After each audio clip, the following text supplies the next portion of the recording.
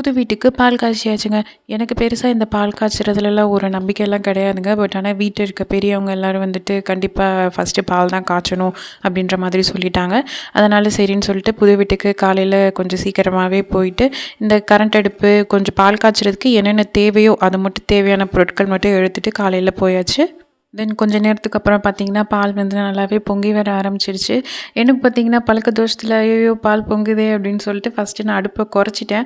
அதுக்கப்புறம் என்னோட ஹஸ்பண்ட் தான் பக்கத்துல இருந்து சொன்னாங்க, "இந்த மாதிரி பால் கொஞ்சமாவது வெளிய வந்து சிந்தணும். அதுக்கு பேரு தான் பால் காய்ச்சறது" அப்படின்னு சொன்னாங்க.